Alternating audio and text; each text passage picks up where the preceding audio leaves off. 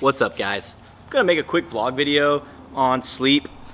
Y'all know I like to write a lot of blogs, but I feel like the video media sometimes can be a way for me to get some information out to y'all without you having to sit down and read it. You can just kind of let it run. So let this run. This will help you out a lot. It's gonna be my top sleep hygiene tips to help you get better sleep.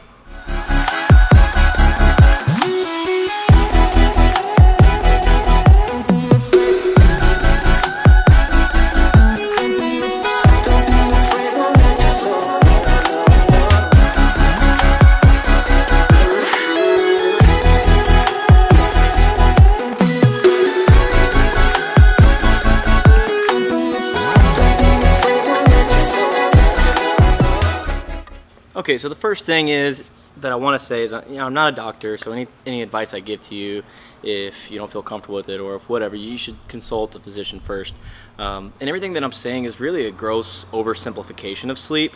It's not going to be perfectly tailored to what you might need. It could be different, so take that with a grain of salt. But I think probably one of the main things that people are missing with their sleep is just a regular sleep schedule. I think a lot of times people say, I don't have enough time to sleep, and I get that. Trust me.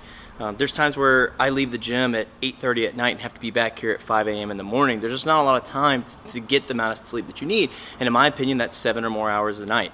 And I understand the struggles to do that, but if I set myself a schedule, if I know what I'm going to do for the day, I know when I'm going to sleep, I get in bed and I make myself go to sleep. It's kind of an adult decision.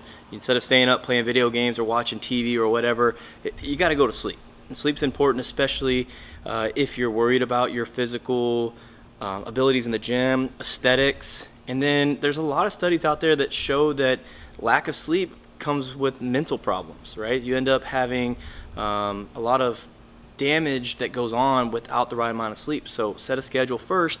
There's also a lot of people out there who have trouble falling asleep, and that's where I think a sleep hygiene routine would come in handy. And that's something that I use, and I'll tell you the things that I use to help me go to sleep even after a long day, 16 hours at work, and then have to be back pretty quick. One thing that I do want to tell people is that don't rely on a drug to fall asleep, right? Like Ambien or one of these other sleep medicines. Don't down the NyQuil or ZQuil, whatever, to help you fall asleep, because those drugs put you in like a coma type sleep. And what I mean by coma type sleep is, imagine getting drunk, getting hammered, and then falling asleep and waking up. Like, you don't feel rested, right? It's because your brain isn't able to get into kind of like those long wave sleep patterns and the REM sleep when you're drunk. And essentially, when you take these drugs to help you fall asleep, it's doing the same thing. So avoid taking drugs and try to maybe get into the sleep hygiene pattern that might end up helping you in the long run anyways. Now, there are some over-the-counter supplements that you can take. I know a lot of people go straight to melatonin, but know that your body only produces like 3 micrograms or something like that. And most of these over-the-counter supplements have like 3 milligrams or 3 milligrams of melatonin, and that's like hundreds of times more than what you need. And just like any other supplementation or any other drug, your body's going to build a tolerance to it, and in this case it may even be dependent on it and may stop producing melatonin altogether. So be careful with the melatonin supplements that you take. The way the process goes as far as hormones in order to get to melatonin is your body has tryptophan, turns into 5-HTP, 5-HTP turns into serotonin. Serotonin's that hormone that kind of makes you start feeling good and feeling sleepy and all that, and then melatonin is actually what kind of helps you fall asleep. And there's a couple other things that go into that help you get to that point. In order to get 5-HTP into serotonin, you have to have adequate amount of D3 in your system, so you can get D3 through supplementation and other ways. And then for it to have a proper D3 reaction, you have to have enough magnesium in your system. So in order to get everything to work together, you kind of have to have all these supplements in one. The goal is to make your body produce melatonin rather than you just supplement with it. So a good kind of like pre-sleep supplementation routine would be some tryptophan, some D3, some magnesium, and that will kind of get you going. And then on a really rough day, let's say you're having a really hard time going to sleep, maybe find some really micro doses of melatonin and add that to it. Okay, so like a sleep hygiene routine is probably the most important thing. You take those supplements, you take those, but you kind of have a sleep hygiene routine every single night. That's what's going to get you really into that sleep pattern that's consistent every night. I have a few tips that I go through, it's about 8 of them. The first one is exercise regularly. If you do that, if you exercise every single day or at least 4 or 5 times a week, you will start to feel that your body's producing hormones a little bit better than it would without it. So get in the gym, work out hard, and you'll start to see a change in your sleep patterns just from that. Second one is something that I kind of talked about earlier, is set a schedule, and not just a schedule for your day, but an actual bedtime. I know that sounds silly and very like childish, but if you don't have a bedtime, then you're not going to go to sleep when you need to.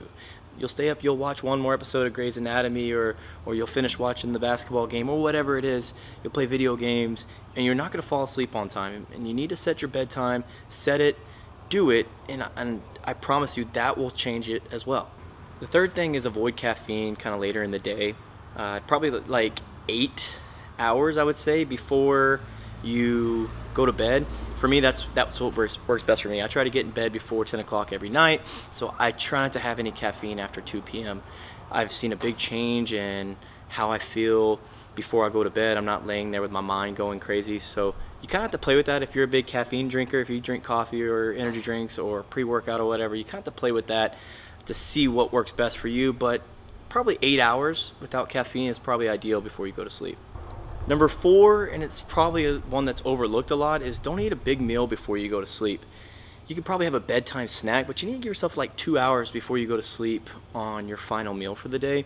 The reason being is that when you're laying down, your body's sending all this blood to your belly to try to digest all that, and that can really mess up your sleep patterns and how your hormones are working. So try to eat a couple hours before you go to bed, and if you're hungry before you go to bed, maybe have a nice little snack, maybe a little protein shake or an apple or something along those lines. For me, number 5 is setting a bedtime routine. I kind of have the same thing that I go through every night. I eat, I get ready, I take a shower, I brush my teeth, and then when I get in bed, I don't have the TV running. That's important. I put my phone down, and I usually pick up a book, and I try to read a chapter out of whatever book I'm working on.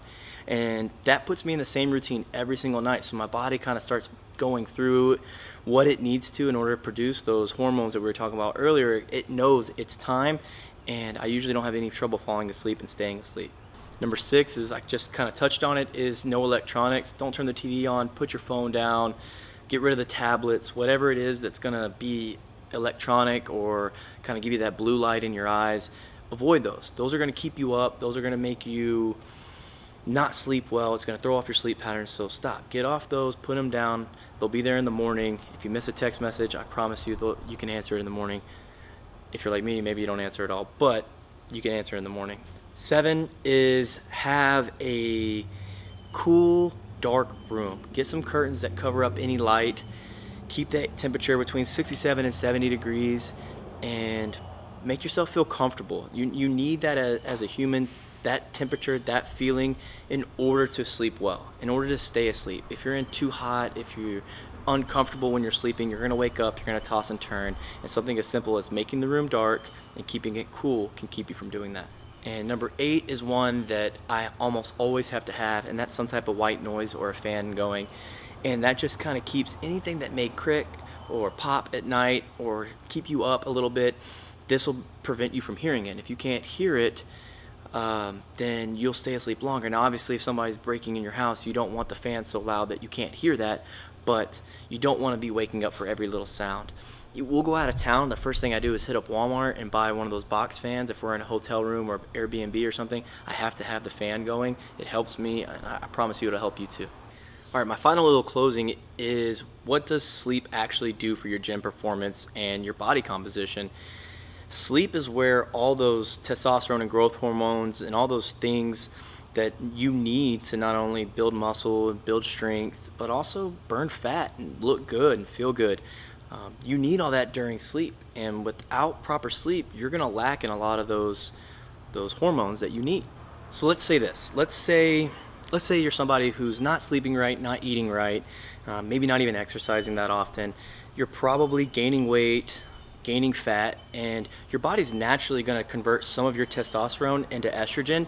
And if you're fatter, you're gonna change that testosterone to estrogen a little more quickly, a little more rapid than you would if you weren't. Estrogen and testosterone, they do opposite things for your body, and they fight for the same cells in your body. So if the estrogen is being produced faster, you're going to have more of those cells running around in your body. So if you're exercising right, eating right, but still not sleeping right, your body's still not going to produce the right amount of hormones that you want for the positive gains in the gym, aesthetically and physically. Your brain kind of works like on this feedback loop, right?